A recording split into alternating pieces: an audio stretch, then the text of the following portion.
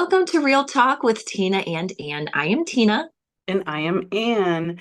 Tina, you said recently that your favorite book is Love Does by Bob Goff when we talked about how love is a verb.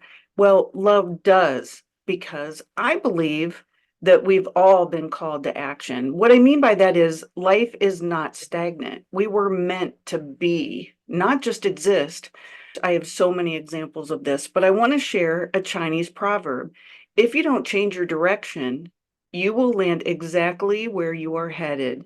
There is actually action to change direction. You can't just rely on the sail to know where you're supposed to go. I mean, you have to actually direct it. So we have to do something in order for us to go a different direction.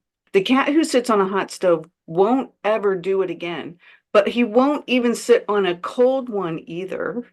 I mean, think about that.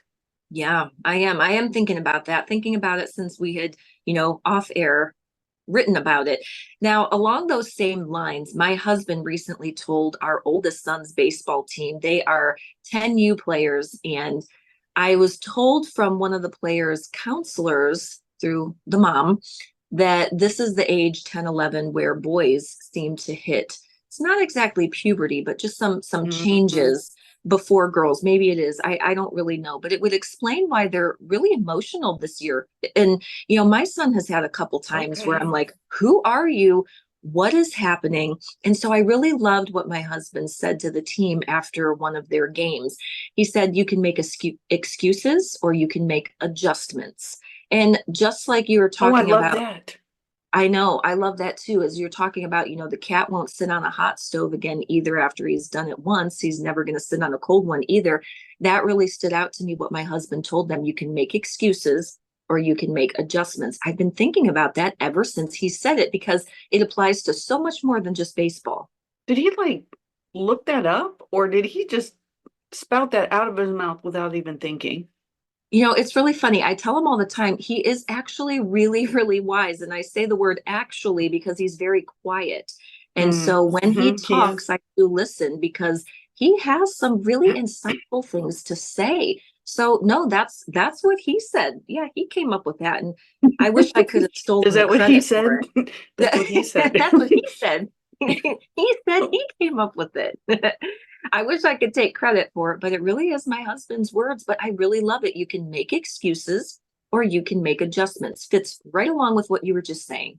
I am thinking about that cat, and I have been too ever since I first read it. So, how many times do you do something and then you get the same result? So, you just think that every single time the same thing is going to happen.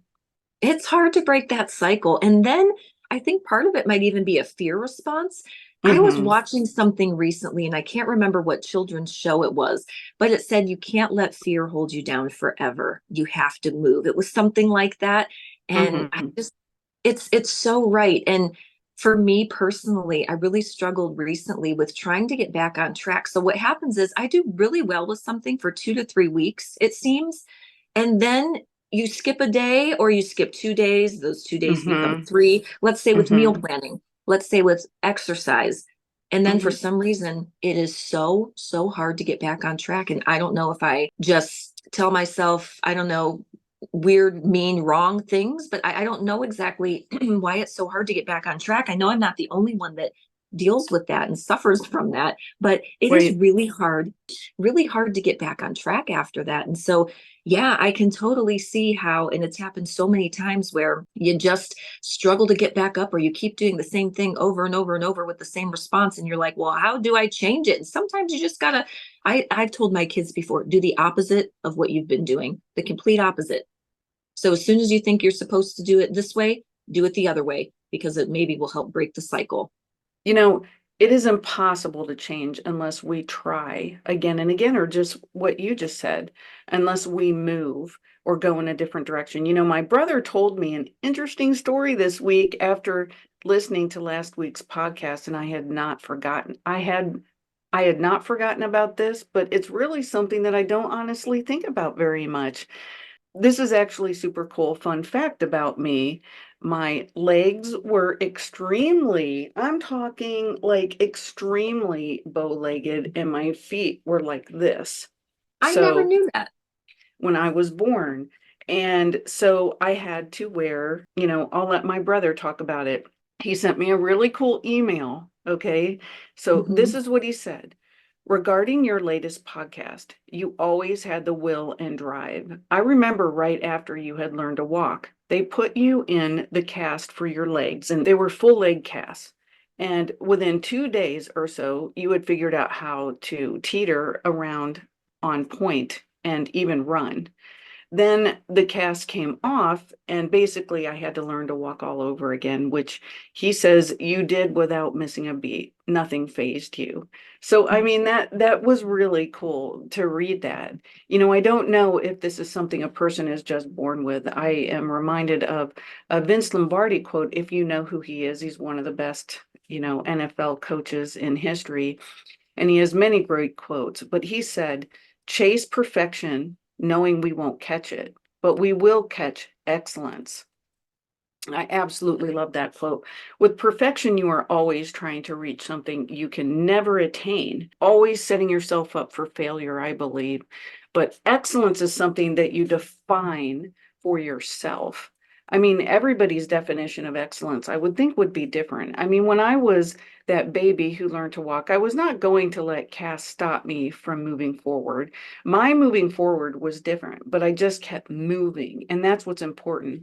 I learned to walk even with the casts on. Then I had to learn again with them off, just like that unicycle I have talked about. I learned how to ride it. I mean, I was never perfect at it, but to me, striving to ride it and reaching that goal was excellence to me. I still fell.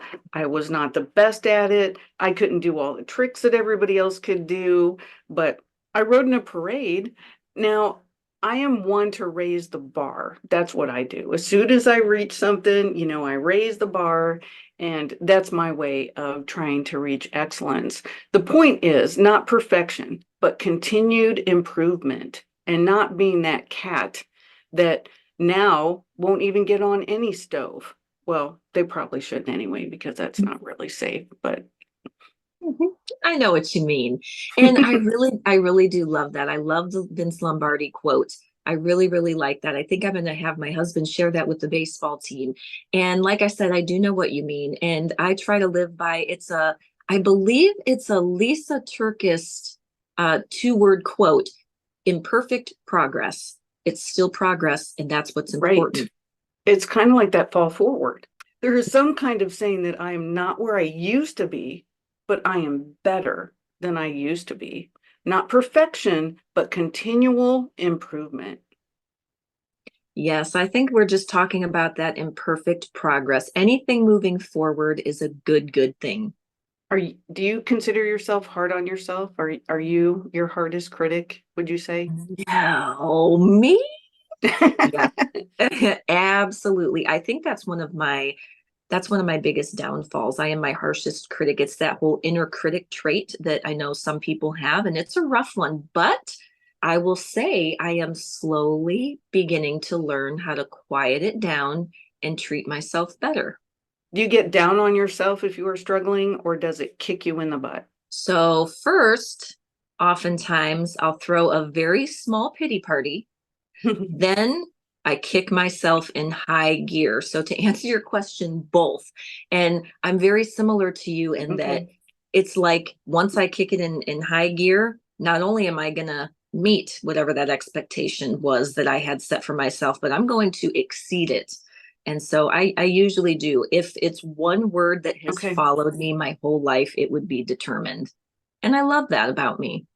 Sometimes to a fault, but I really do love my determination.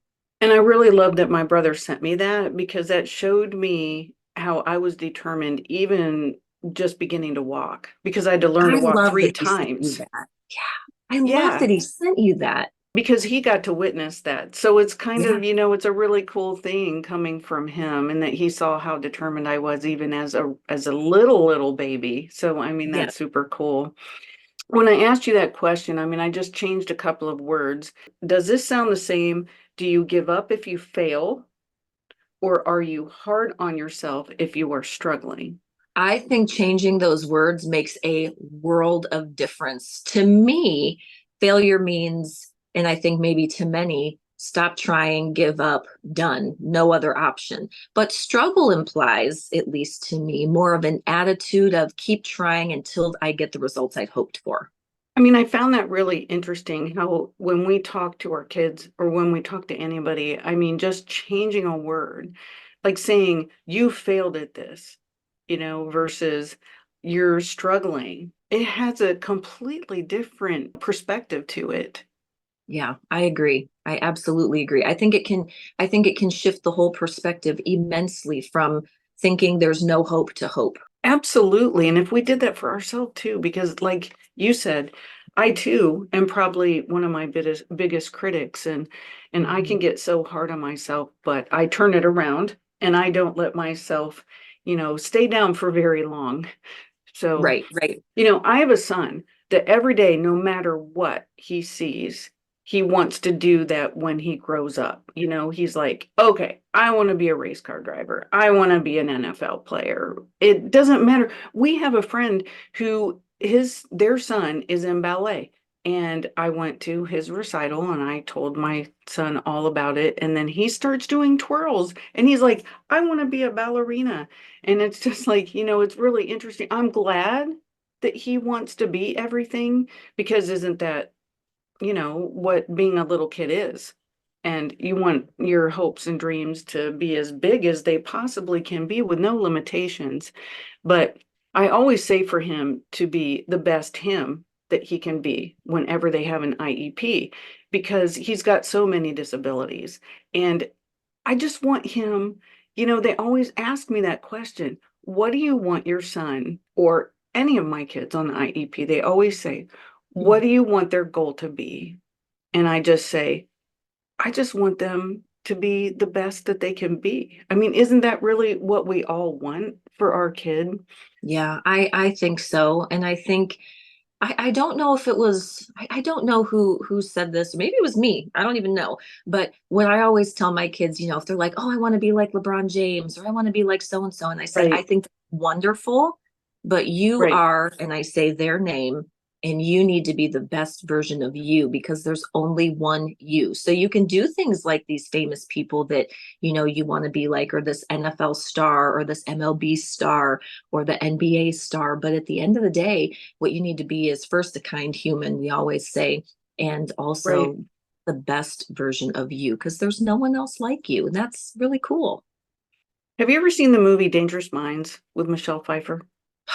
So, so, so long ago. It's been a while for me too, but it's one of my favorite movies. And one of my favorite parts in the movie, she was a teacher of some pretty rough kids who lived in a pretty rough area. And they were hardened. They would have been very hard to teach. And there she is trying to figure out how to reach them. And one of my favorite things in the movie, she says to them that you all have an A. They're starting with an A. They just have to keep the A. And this kid says to her, no one ever given me an A before. I mean, when we think that the journey begins at the bottom to the top, it almost can seem impossible, but just imagine how his outlook was when he realized that he was already at the top and he just had to stay there. Yeah, I feel like it does make all the difference, or that absolutely could. There's another movie very similar to Dangerous Minds, and I can't think of the name of it off the top of my head, but I love it so much Freedom because Riders? Are you trying to think of yes, Freedom it Riders? is Freedom Writers. Yeah, That is one that's of my all-time favorite movies as well. For the very same reason, how she took kids who it was like no one cared about, and she made them feel loved and special, and they wanted then to do other things. I think there's such power in just reshaping it and reframing it in a mindset of depending on the person you're dealing with. So I really love that. Can I And give you a fun fact about that yeah, movie? yeah. I got to, as a journalist, I got to interview her, the real teacher. You did. I did. We talked on the phone for about 20 minutes. That's amazing. What did you ask her? What was it really like? Is she still in touch with all these kids, or how long did she stay a teacher? I mean, it was a long time ago. It was when the movie first came out and the book. And then I actually went to one of her book signings, and I have a signed book of freedom writers from her, and we kind of connected again. And I said I talked to you on the phone, and she probably had talked to hundreds of journalists, so I'm not really sure if she remembered me, but it was really fun to be able to connect with her. And she had Yeah. stayed in contact with them, and she also went on this mission, because she actually left teaching after that, but only to be a teacher of teachers. And she has like this whole Mm, curriculum for teachers and how to do what she did. So it's really that's awesome. amazing. That's amazing. We definitely need more of that. So if all you have to do is do enough to stay at your best, just stay at your best, it really does seem attainable. My son, though, does have to do more than just say he wants to do this or do that, because intention is great, but without action, it leads to nothing. That's so true. And I was just getting ready because I didn't want to forget this. We always tell our kids that your best is always enough. I don't expect 100% every single day, because what if you're feeling sick and you can only give it Mhm. 70% that day? But if that's your Right. best, it's enough. So I keep trying to let them know that every day it's probably not going to be 100%. If it is, great. But I believe Right. they're always giving 100% of what they have to give, and that will always be enough. Some of my favorite people in the world were my swimmers, and I had the best job for 12 years coaching some of the best hardworking kids. And no matter what we threw at them, they did it. I mean, it didn't matter. So, I mean, it was like 4 hours a day sometimes, and dry land and all that stuff. And one of the things I used to do with them is have them close their eyes and visualize every single stroke from the start to the finish, with them winning at the end. I found this was just as important as their actual physical practice. Oh, I really like that. I do. It's funny because you took me on a journey. I didn't close my eyes, but in my mind I could just see it happening. And I don't know, I think in a way that has to kind of pump you up, yeah? I've done that in life when I want to attain something. I actually will visualize it and visualize me doing it. And I think, well, we've talked about manifesting, but I mean, I really do believe that, and I've heard Michael Phelps uh, talk about how he would mentally prepare. And part of that is visualization. I think that's powerful. In fact, I think maybe we could try using that with our team. I was with our oldest son's baseball team. My husband and I have started going on 6 a.m. walks around the block because it seems to be the Oh, only time that we can get time together. Yes, I don't know if I told you that, but for the last 2 weeks now, I finally started walking, not on my I was treadmill, haven't plugged it wondering, in yet. And on our right. walk, I think just this morning, I was talking about how sort of along the lines of what you were just saying, but it's maybe more positive talk instead of a visualization. But I was telling my son he's starting to have a little bit of self-doubt, which he's never had before, a little bit of emotion, Um, which, we were talking about earlier in the podcast, how this is the age for boys that it can usually happen. And the mm, fact that just in the last probably 2 months that his hair has gotten much curlier again tells me that there's got to be something going on. There's got to be there are a couple of other changes too, but that, hormonally, just with age, as you're getting older and things like that. So, we're thinking about this and how can we get through to him, instead of saying the same thing over and over. My husband doesn't think he's getting through to him. And I'm not sure if I am either, but after one of his games recently, my son came home and said, Mom, I did what you told me to do. And I said, Oh, what's that? And he said, when I thought that I wasn't a good shortstop, which he's fantastic. I don't know why he's saying that. He predominantly plays center field now, but he does play shortstop when the other shortstop is pitching. And he's done that for the last 2 years. So I'm not sure where it's coming from. Anyway, he said, when I thought that I couldn't, I instead told myself, yes, you can. You are a good shortstop. You are a good player. And so just positive, hmm. things that we say. So kind of doing saying the opposite of what you're thinking. Right. It's not exactly what you were saying, but it is another tool in the toolbox. And I was so happy that he told me that he used that and it seemed to help him. So my husband and I, again, back to that 6 a.m. walk, we were talking about how, maybe when we talk to him here, this week, when something comes up, we can remind him of how that helped him and to just do positive self-talk, positive self-talk. So I am a good baseball player. I am a great teammate, and he repeats those Yeah. things. And then when you get to, I am a great shortstop, you repeat that a couple of times until he's like, I am a great shortstop, believes it. Yeah. I just thought that was something else to pass along as we're just talking about, a few tools to jumpstart you, right? To shift your perspective, to kind of manifest what you hope for. I was just talking to somebody the other day about you on Oh, that I believe in me, or something like that that you said, and how you say it, where you just say, yeah. yeah, I believe in myself. I believe in myself. I believe in myself. I believe in myself. I Yeah, mean, there it is. it where you say it until you actually believe it.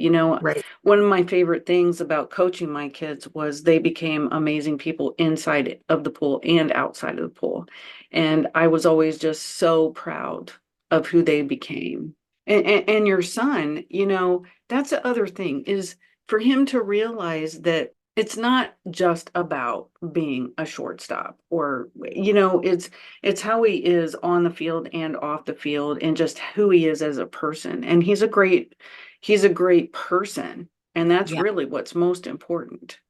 Absolutely. And that's what I'm trying to tell him. In life, things are going to happen that you wish wouldn't, but you're going to strike out sometimes in baseball and in life. Sure. Okay. Yeah. You're going to Yeah. want to cry sometimes, and sometimes it's the right place for it, and sometimes it's just not. And you Yeah. have to just kind of learn I've started to talk to them about reading the room. Okay.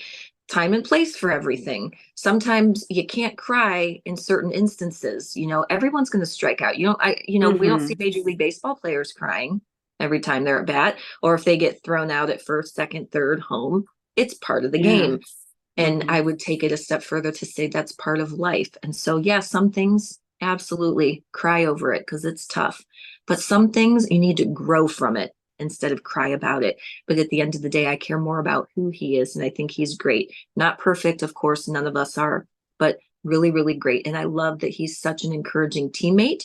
Going Mm-hmm. back to sports, he's got it all. We keep trying to tell him, just go out and play sandlot baseball, the game that you just love with your friends, backyard baseball, and hope that it just clicks. We're just here to have fun. Nobody's putting pressure on you to win. Do we want to win?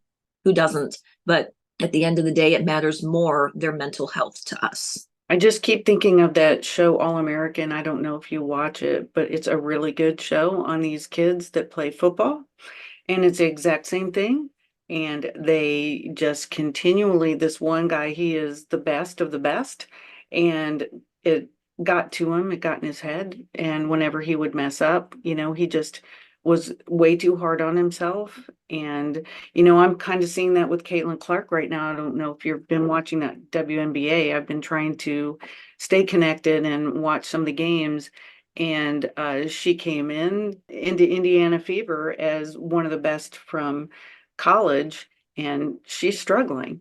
I Mhm. mean, she's trying to keep up with all these women, and they're being kind of hard on her right now. And it's just interesting to be able to see her still maintain who she is, coming Super in at important. the bottom, and trying to acclimate herself to something that is much more fast paced and a lot harder. So, Absolutely. Again, you can make excuses, as my husband said, or you can make adjustments. And just the conversation I had with my son last night was everything is hard the first time. But if you keep at it, you keep practicing, you mhm. really want it becomes easier because Right, you get right. doing it and you get better at doing it. While we're talking about movement, and I can remember being in AA when I first went into treatment.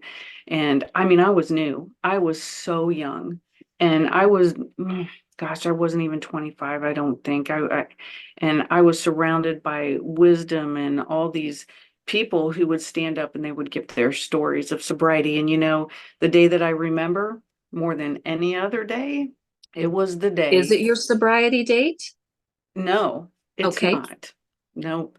It's the day that a man stood up and said, and I can remember this so clear. I can even remember where I was sitting and where he was standing. I mean, that's how much this hit me. He stood up and he said, I had 20 years, but today I have 1 day. I can still remember him so defeated. All the success stories that I have heard over the years, they've come and gone, and I don't really remember them as much, but I wanted so badly to go up to him and say to him, you drank 1 day in 20 years. I mean, that's all. Just 1 day. Focus on all that you have accomplished and don't let the one mistake keep you from getting back up, because that's how he looked. I mean, he really looked like he had failed himself.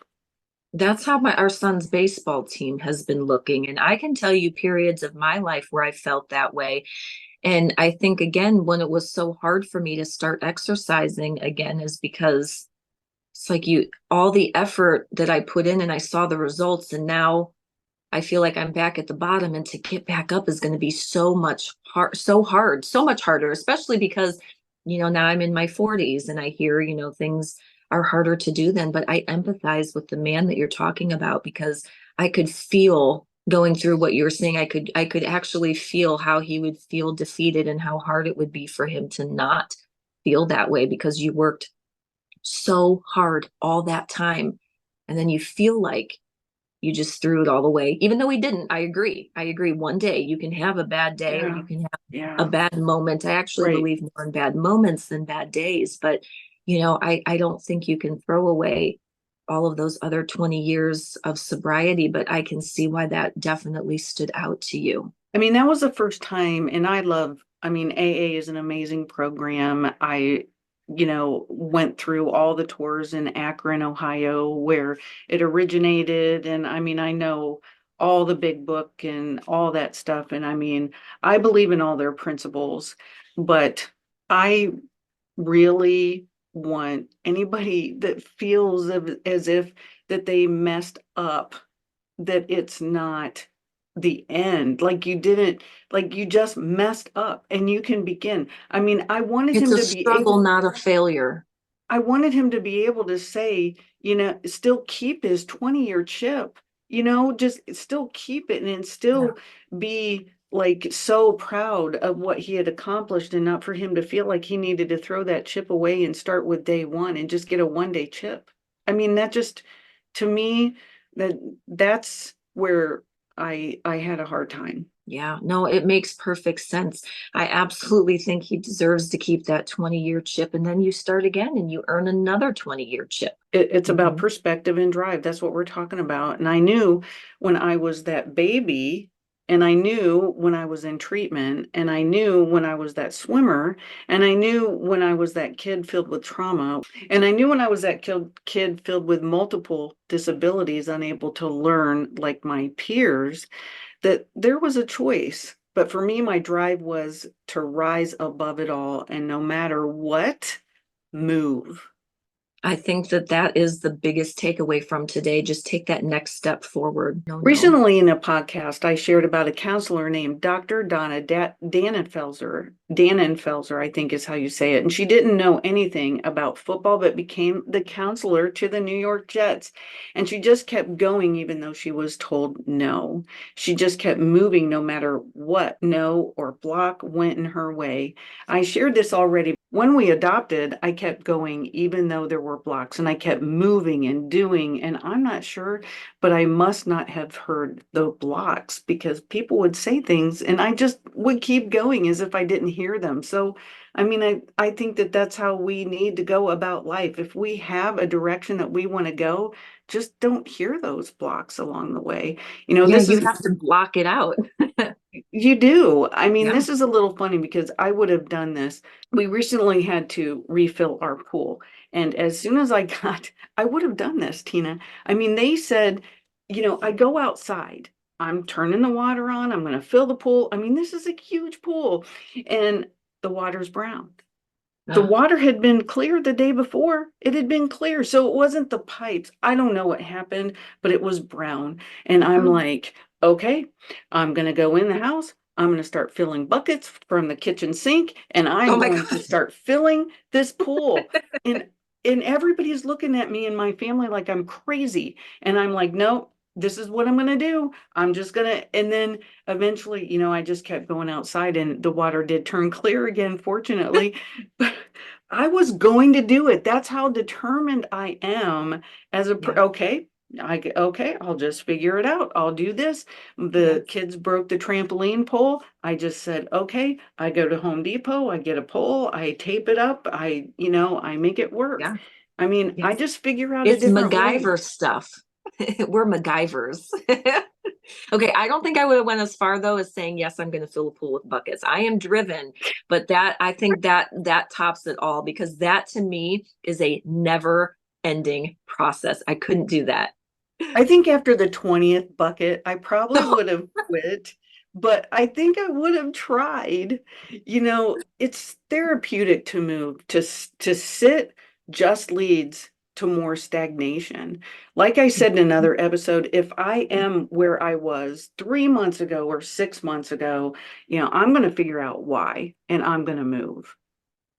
That's so good. Sitting leads to more stagnation. I love that. And then equally so, moving leads to more movement There's and a book. accomplishment. Yeah. Oh, I like that. Yeah, I mean, there's a book, Move the Body, Heal the Mind by Dr. Jennifer Heisz, Heizz. I'm not sure, but she is a Okay. neuroscientist who discusses research on how fitness and exercise can combat mental health conditions such as anxiety, dementia, ADHD, and depression, and offers a plan for improving focus, creativity, and sleep. She says that physical inactivity is the greatest risk factor contributing to dementia and anxiety. It's as much a factor as genetics. And it says that exercises anti-inflammatory properties makes it the most effective treatment strategy for those who are depressed and don't respond to antidepressants. Yeah, she's not the only one that says that. There's so much research in people who are neuroscientists and sports scientists and you name it, who are right on board with this. And that's why I couldn't figure out because, with the disease that my mom has, the early onset Alzheimer's, why, as I know I'm in this pivotal decade of my 40s, why am I not wanting to move? That's so counter to who I am as being driven. And Mm-hmm. turns out the only obstacle in my way was me. I just needed to start. And now I'm moving.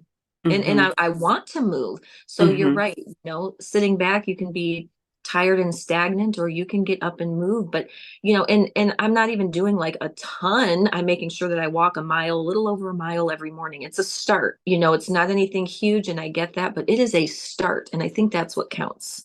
Yeah, getting back to the blocks that we encounter in our life, and I have had many blocks that appear like just a straight out no. I don't take that no, and I just keep moving and changing course or figure out a different way. Mhm. And I think, that's a really good example of what you're talking about. A block should never stop you from what you want.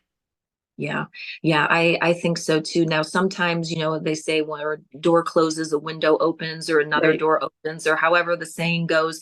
Sometimes there might be a block for a reason we don't understand, and maybe it is going to change your direction, and Right. you're going to reach some other goal or some But you other don't thing. stop.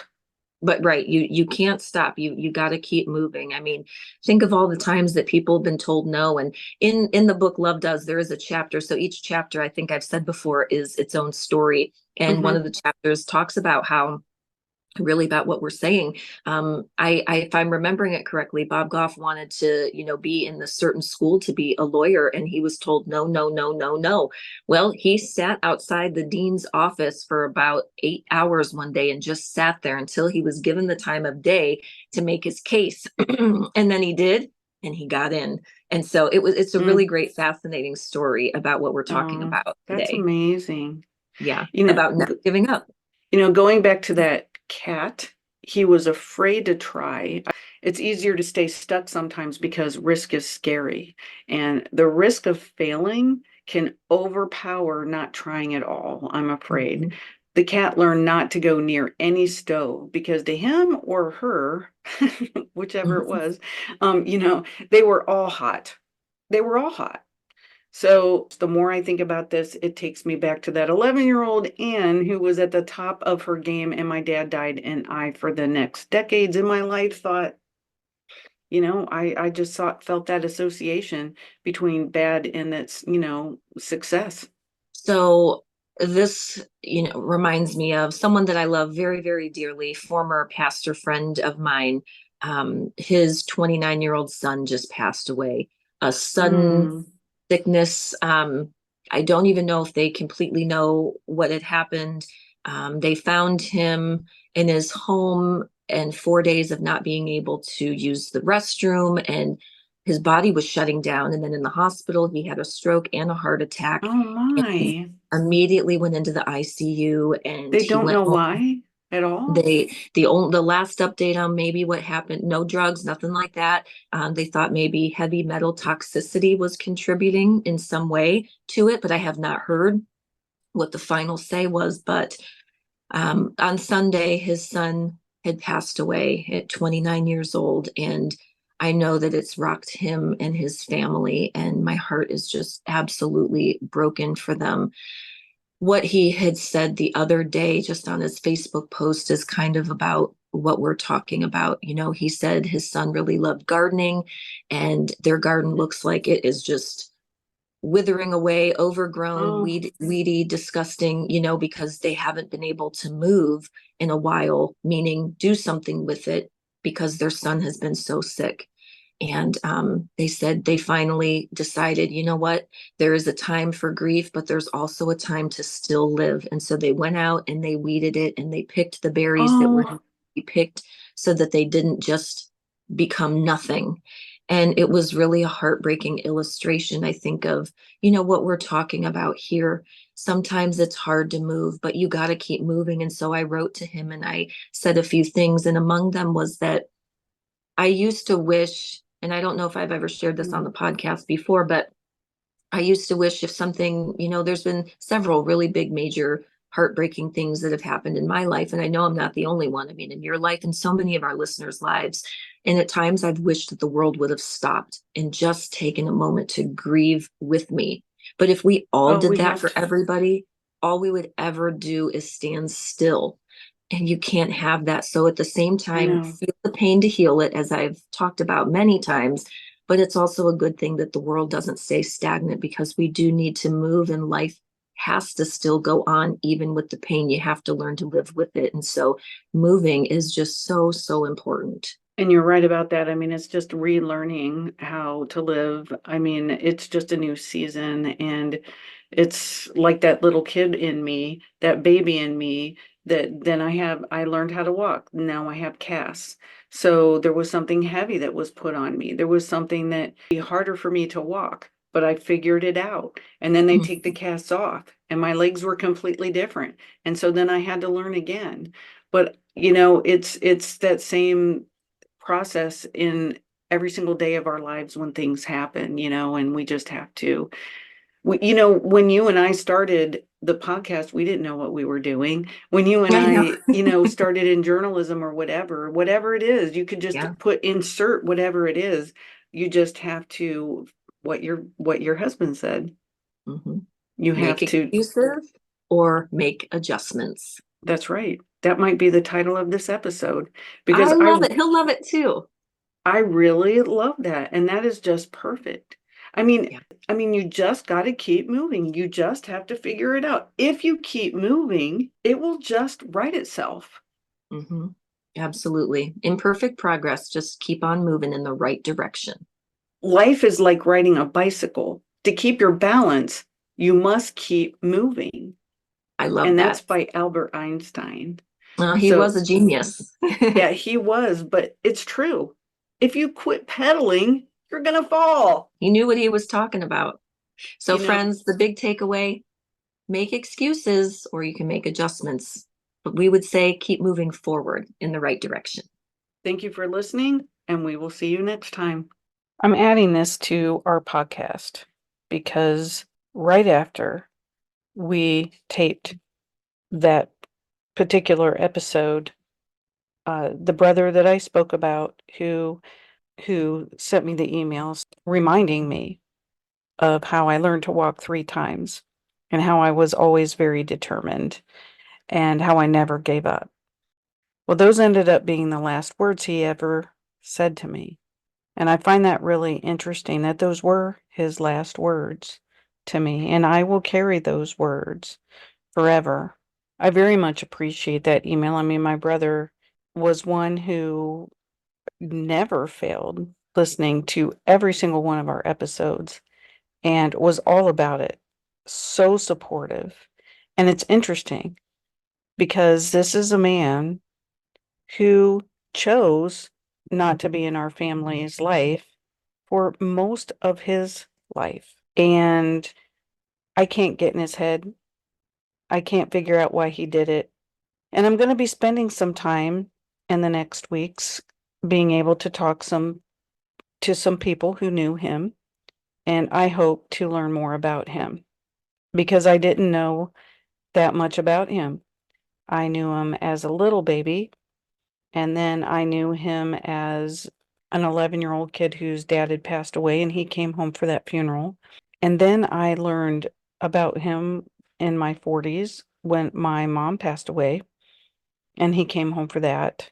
We had different moms. But then, I had to purposefully and intentionally make it a point to reach out to him, find him, and make him a part of my life. And he was a part of my life and my younger kids' lives for the last few years. And I'm really glad that we did that, that he would come for a week at a time. It means the world to me that we got to spend that time. And I find it really interesting that that was how we ended, that he sent me that email. And another thing that happened was that he told me he loved me like a few weeks before he passed away. I find it interesting those things happen. And that was the first time he had ever said that to me. When I found out that he had passed away, and I know anybody that's ever dealt with this, and honestly, this is the first time I've ever dealt with something to this extent because, the adults in the room always handled it. And I figured out that I am the oldest living relative in my immediate family, minus my husband and my friend who lives with us. But other than that, I mean, I'm talking mom, dad, and brother, and I'm the last one standing. And it's kind of a scary time. He never had any family, no wife, no kids. So I was his closest living relative. So I started getting phone calls from medical examiner and, the police who investigated his passing at home because that's just something that happens when you pass away at home. And he had fallen a few days before, and they thought that, I think that they wanted to rule that out. They wanted to rule everything else out other than natural causes, but then it ended up being just natural causes. But, it's a really scary thing to realize that you're it. And I think it started to really hit me when I started getting all these messages from people and they wanted things from me that I was like, wait a second. In fact, I found out about this when I was on vacation in Florida, wasn't even home. I got the phone call from his roommates that he had passed away.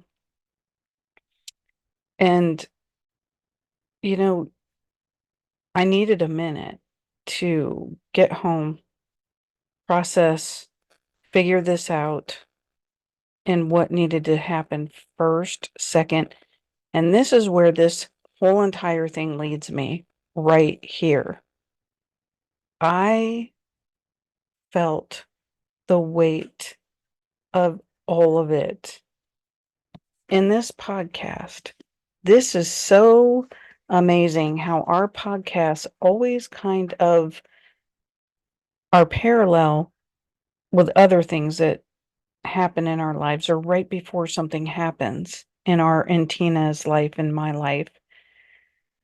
But of course, we were all in a state of shock, and the only way for me to do this was just to keep moving. And we just talked about that. I remember sitting there. I was waiting for the I was waiting for the medical examiner's grief counselor to call me back, which, by the way, if she's listening to this, that's funny. Call me back, because now it's been over a week. But she called me. She gave me all these options, and it was really overwhelming. And she said, one of the things that you could do is donate his body to science. Now, this is a doctor who was a chiropractor, but I mean, he had medical books upon medical books, and he was autistic for sure. He did not lead with his feelings, he led with his brain, and everything was very analytical. And I was like, oh my gosh, that would be perfect. I'll just donate his body to science. Because I personally didn't have the money to pay for a funeral. And I was like, okay. I mean, I could see him up there going, yes, he would be all about it. And uh, so then I waited like 3 days. I called again. She said that she would direct me in the right direction for how to make these phone calls, who to call, and everything. So I waited, and finally, and with his roommates, I could feel the frustration on their end as well. And finally, I just said to myself, I'm just going to start doing this. So my friend and I, we just started looking up places to donate science in this state that he had passed away. And so we found out, called the first one. They said, sorry, but we don't take people that had been autopsied. And that was only because they needed to find out why he passed away at home. And then the second place said, sorry, we don't take anybody past 5 days of being deceased. Well, if I would have maybe acted a day sooner, we would have been able to meet that deadline. But it just goes back to, that I was waiting for that phone call. And the heaviness during that waiting period was just getting worse and worse. I mean, I cannot tell you how the wait got worse and worse and harder, heavier and heavier, the longer that I sat in this. I didn't know what to do. I didn't even know the first thing to do. So I went from there to just starting to Google crematoriums. One popped up. I just call them. That's it. I just start talking to this man, and I just start telling him my situation. He was so wonderful to me. He was exactly what I needed at that moment. And he's who we went with. But I just started moving. That is the key. The helplessness came too because here I am.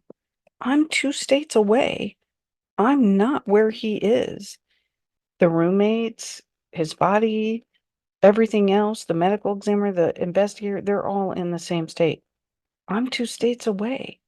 And here I am trying to make decisions, make phone calls, and how banks and freezing accounts, and you're trying to make the best decisions for the deceased on the wishes that they would want, and he never left anything for us.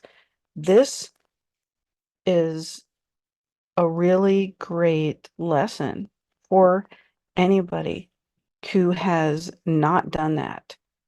Don't pass away and not have all that stuff in place. If we would have known his wishes, he didn't have any wishes anywhere. The roommates had to search for paperwork to help me in deciding very important things, and even social security numbers or birth certificates and things like that. I mean, having everything in order is so important to the people that are left behind, because I can tell you what they're not thinking. They don't even know what to do first. So get a will, put papers in order, tell people what you want, tell the people around you what you want, and make it legal if you can. One of the first things I did after I adopted my kids was, got everything in order. And you're doing everybody a favor by doing that. The other part of this is going back to the moving, just do. The more I did, the more the weight came off. And I could literally feel the heaviness leave me. The more I sat, the heavier it got. The more I felt like I couldn't do anything. The more I did, the less it felt, and the more I was able to handle it. One of the other things that was a part of this that was weighing so heavily on me, my littles, I've got 2 older kids and 3 little kids. My 3 littles were pretty close to their Uncle Keith. They have been through so much already. I wanted them to enjoy the rest of their vacation. I didn't want to tell them on vacation. I knew that for sure. I had had that association with my dad passing away and great things, and, something great and something tragic happened at the same time. And that stayed with me for such a long time. So I was like, I'm going to let them enjoy. I'm going to let, I contacted some of my cousins and different things like that. Let, started to talk about it whenever they weren't around to try to process what I needed to do when I did get back. But never within earshot of them. And then, the days went by when after we got home and I was doing all of this, I wanted everything in place. I did not want the complication of telling them to it. I just wanted them to enjoy. I didn't, you know, every single time that you have something tragic happen, that part of your life is never able to be brought back. You can't, you can never get it back again.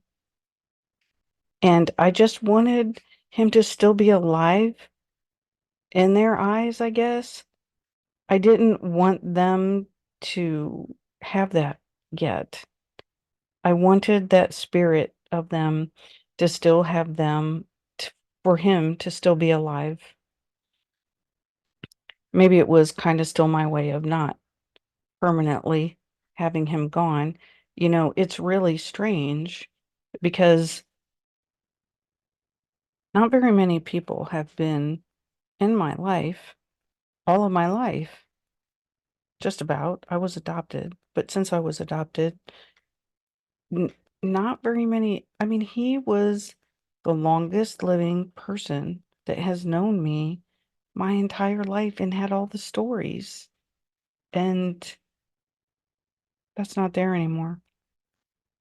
So it's not just the loss of the person sometimes, and that's the biggest loss, but it's not always it's the stories, it's the memories, it's the what could be, the idea of him.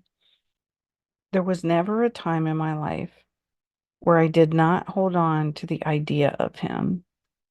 I still have his pictures hung up in my house when he was younger, one of him holding me as a baby.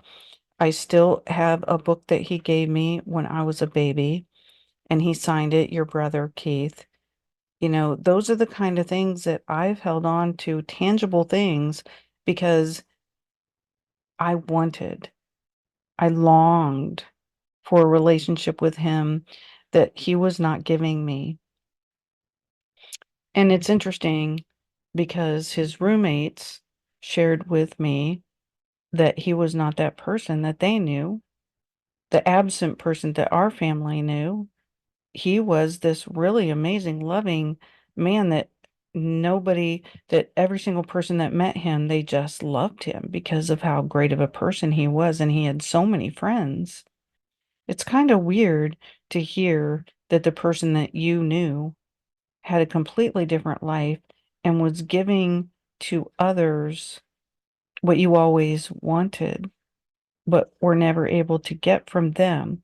And you know what's weird is that he really did try in the end. He really honestly tried in the end to give us his absolute what best, the best brother that he could possibly be, or the best uncle. So many lessons that I got out of this, and it's just been 1 week since he's passed away when I'm doing this. Just 1 week. You know, it's interesting, but lots of times I can see sometimes, not everybody that watches or listens to the podcasts in areas that they live. And every single week, I could see that his city would come up as one of the people who listened to the podcast. It was just my way of always, every week, I would look for his city to come up. It was my way of him like visiting me. I don't know. I knew he heard me. He validated me. And then I would get the email or the text saying, you know, some messages to me about what he had heard.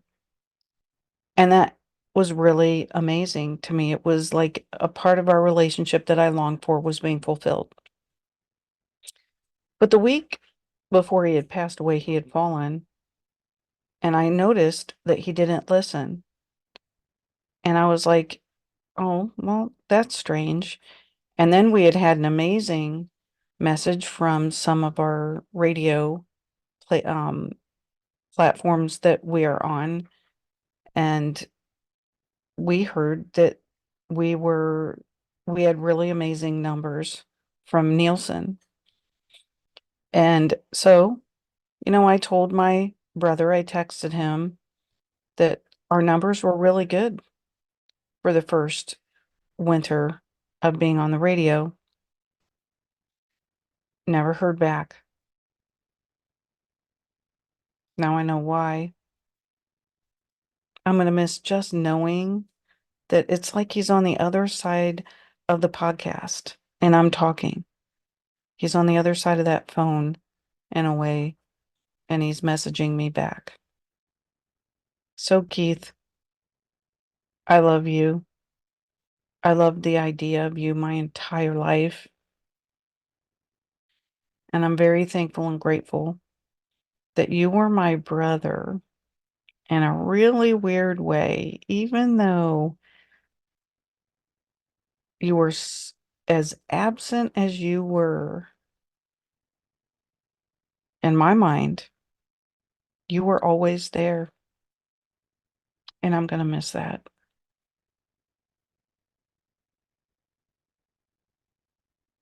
I'm going to miss that.